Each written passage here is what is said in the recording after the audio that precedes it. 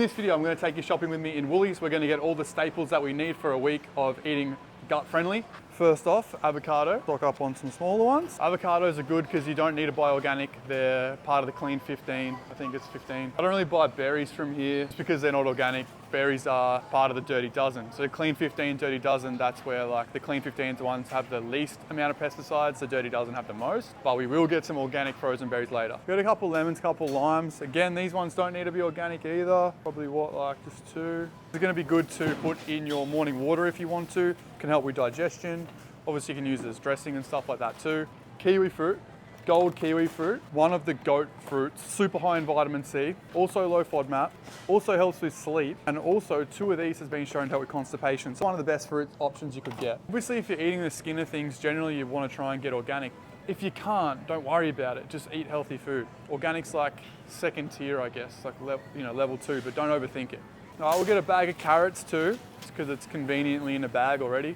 Celery's really good, it's low sulfur, and also it can go in slow cooks really nicely. Pumpkins are good. Potatoes, pumpkins, both good. So if you can tolerate potatoes, they're awesome. So these are already washed. If you're really worried about how they wash it, you can get those and do it yourself, but you also want to try and keep things convenient.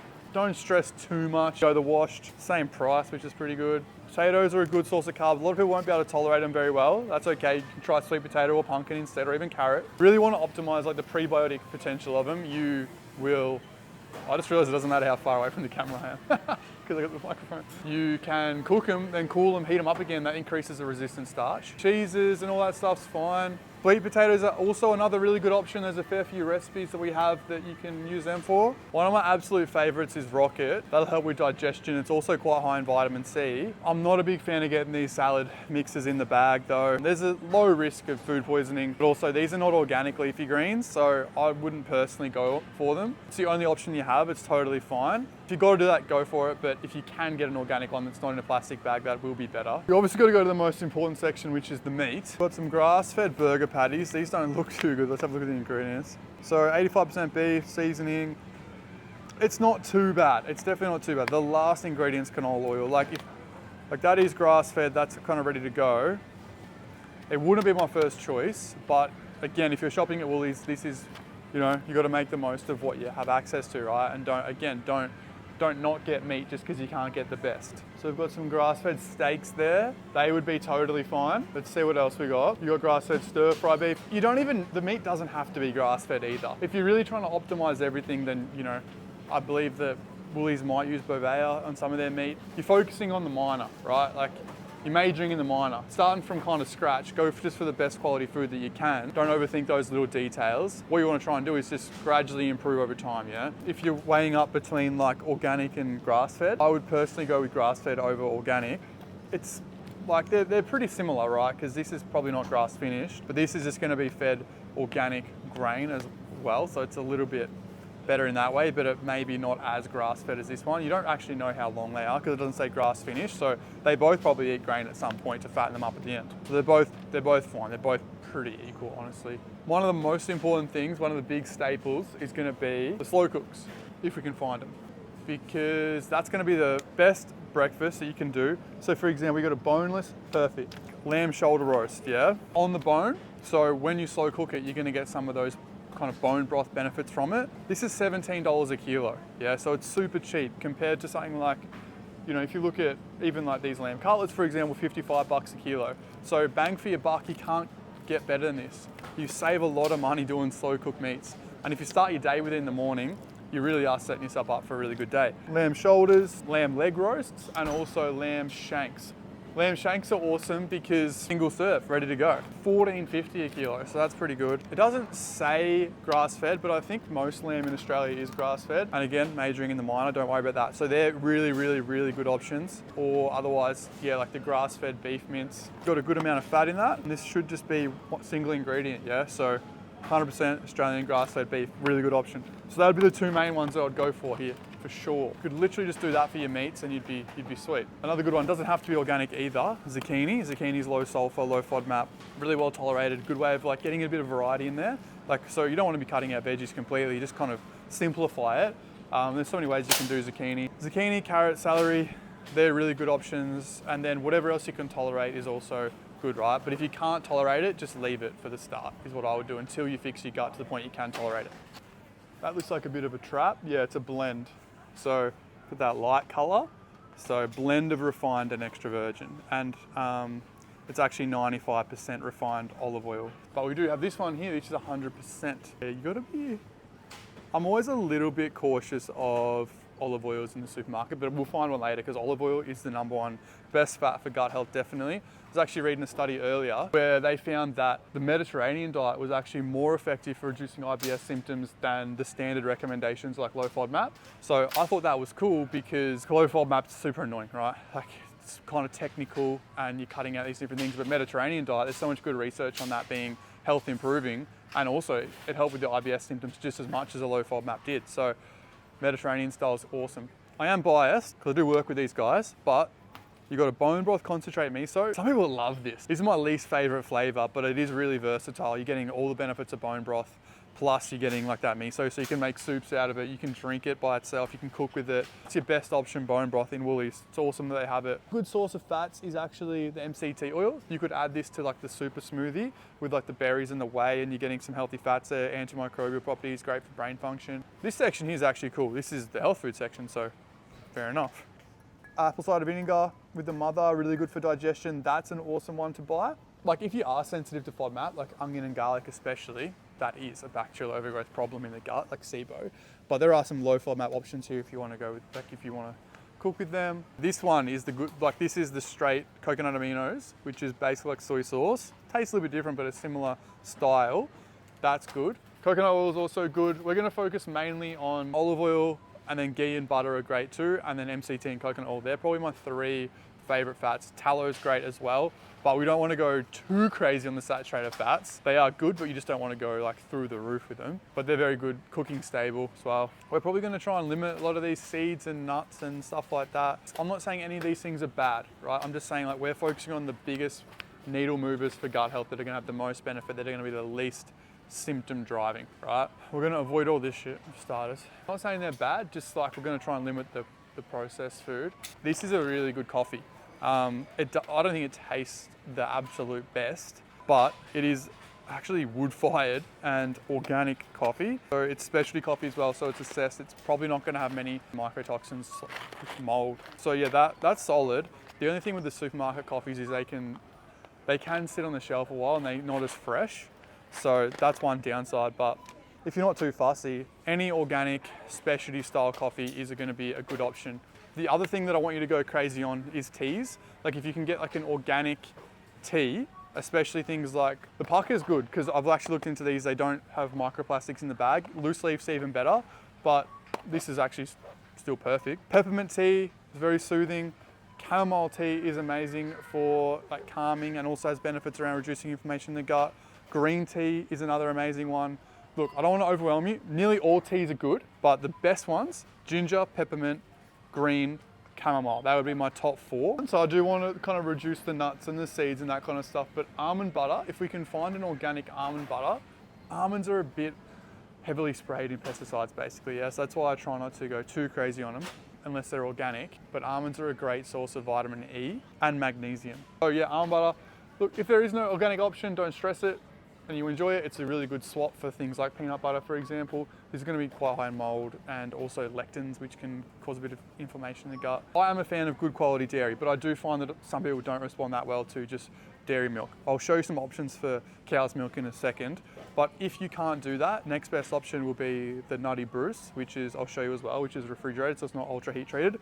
Next option is going to be like just an organic coconut milk. For example, like straight coconut, unsweetened. That's great. They've got an organic and almond. I haven't looked at this. Filtered water, coconut milk, brown rice, organic almond, sea salt. That's also a good option. They're your best, definitely. One other thing, we're super lucky in Sunny Coast. There's heaps of like raw honey in the supermarket. I don't know if all Woolies have these. Usually there's at least one though. Usually I look and I find at least one like raw honey. So this is elite. Great source of carbs. Obviously, if you're trying to lose weight, don't go too crazy on it because it does still contain calories, but Extremely good for the gut microbiome, very rich in polyphenols, enzymes and things like this in it as well that have antimicrobial properties. It's actually been shown to improve blood sugar management in people with diabetes, so like, goated. Okay, let's look at these. So none of these are perfect. I will concede that. There's obviously no raw milk here. I'm not recommending raw milk, I'm just saying like, that's what I drink. If I was to go the one that I think the most people would tolerate the best, it would be like the A2 lactose free. It's not actually lactose free. They add in an enzyme called lactase, and lactase helps to break down the lactose. Now, lactobacillus inside raw milk, or kefir for example, does that too. I don't want to get into it too much, but basically some people are sensitive to the A1 protein, which is casein. This doesn't have that, it's a special type of cow. And then they might be sensitive to lactose. So this one is a good cow's milk that will be well tolerated. And the benefit to that is you get all the micronutrients and minerals that cow's milk has. So you get like heaps of potassium, obviously calcium. Could be a good option for a lot of people, personally, I think, for sure. Lint, the highest percentage darkness that you can tolerate. Anything over 75 would be fine, but really 85 is gonna be like most optimal.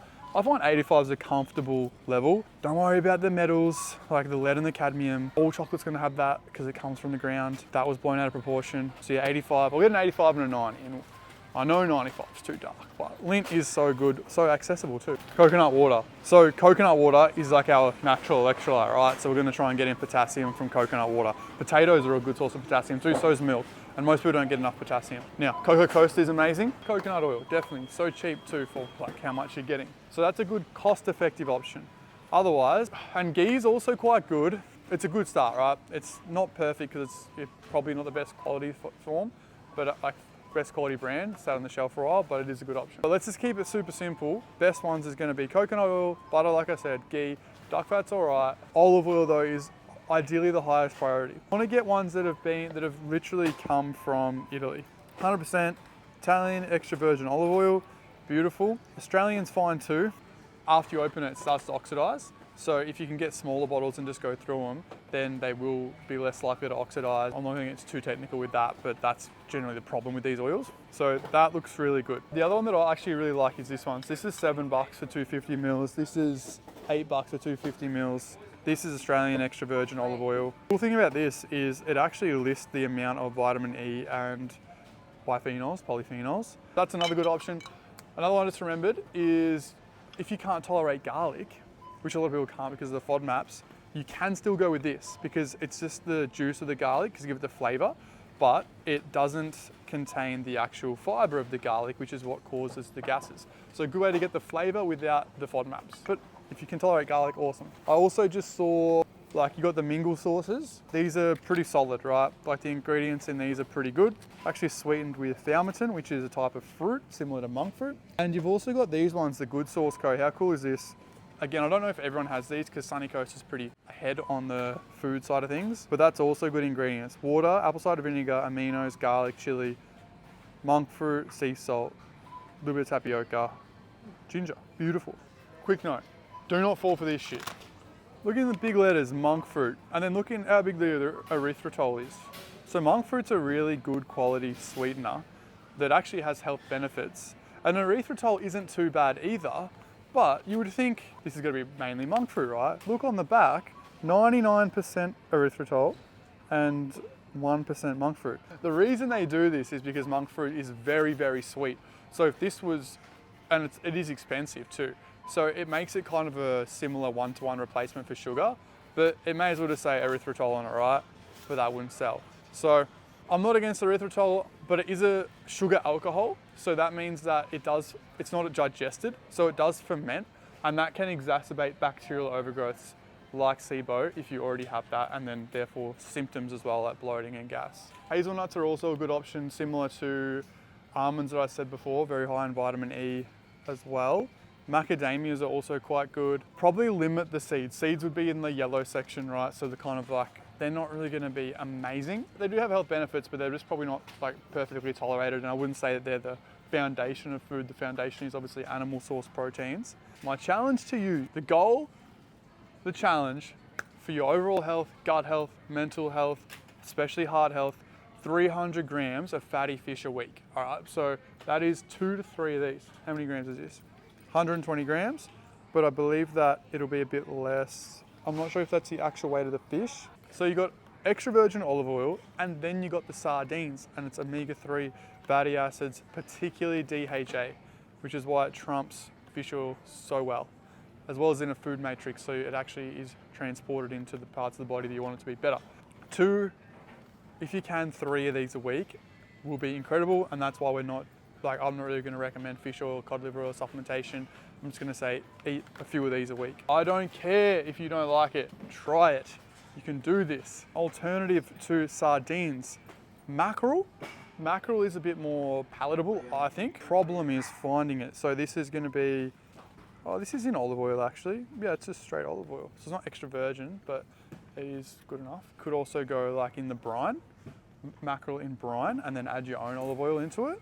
Or if you prefer brine, it's lower calorie. Just watch out for the blends, because then this is going to be, they say olive oil blend, of course. Why don't you say that it's a vegetable oil blend? Because why would you say that?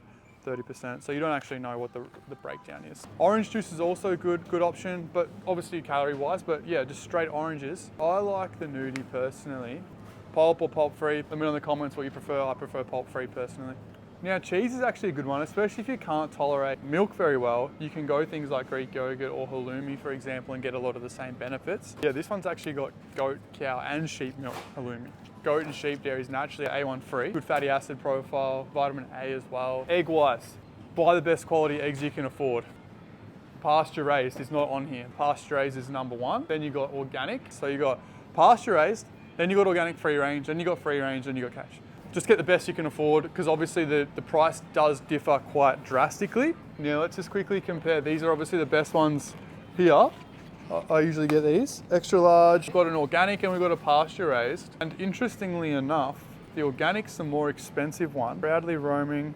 I could be wrong, but we usually just go the most expensive ones. They're usually going to be the best, but it's interesting this is cheaper. $7.50 per hectare when outdoors. I feel like this actually might be better. I think it's going to be the same hens. This one's getting fed organic feed, which is probably better, but I'm going to get this one to show you that I don't even care. It doesn't have to be perfect. We do actually need butter. We have no butter. West Gold is the best. In West Gold we trust. We need berries. I'm loving my wild berries, but I know that's a bit bougie. We got Woolies brand organic, or we got Oob. This is $10 for 450 grams. This is $9.30 for 450 grams. I'll get both and we'll compare them. They're probably the exact same, to be honest. I'm gonna get a mixed berries as well to mix it up. So blueberries are the goat berry, definitely, especially my favorite flavor. The other berries are all beneficial as well, but I hate the little seed things, but I do try to mix it up when I can. I think the last 2 things I'm gonna show you, first and foremost, we're going the yogurt. So this is biodynamic organic. This is really good yogurt. And look in the ingredients, it's just gonna be whole milk, milk solids, and the bacteria. That is amazing. Now, I did have this in my video the other day. See how it's Greek style? People were commenting on it that Greek style is a scam because they try and make it thick by adding thickeners and stuff like that. However, that is not an ingredient on the label. So I am of the personal opinion that these are the exact same. They're just put in different things from a marketing perspective, but they're almost the exact same price anyway. So you may as well go the biodynamic organic, and that is a really good option. We're gonna try and get fermented foods in each day. The options are really sauerkraut, which I didn't see any, but I didn't actually look. Kimchi. These have got to be refrigerated to keep the bacteria alive, and kefir and kombucha. But I don't think there's any good kombuchas at the supermarket. And I don't actually think there's any amazing kefirs. I really love like the Blue Bay one, which you get at a health food shop. You can get goat kefir or cows, but kefir is probably the best.